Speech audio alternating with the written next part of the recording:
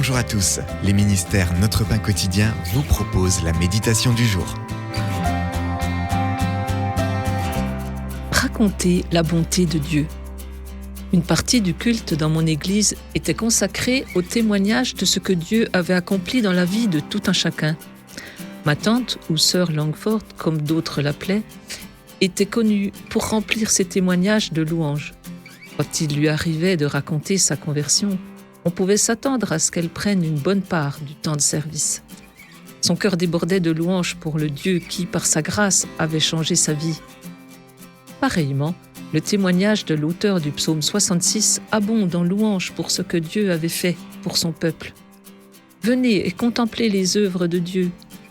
Dieu les avait notamment secourus miraculeusement, préservés, ainsi qu'éprouvés et châtiés, mais tout cela pour leur bien.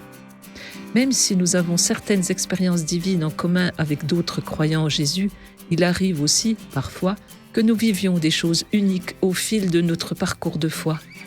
Est-il déjà arrivé que Dieu se fasse connaître particulièrement à vous ? Il vaut la peine de raconter ces expériences à ceux qui ont besoin d'entendre comment Dieu agit dans votre vie.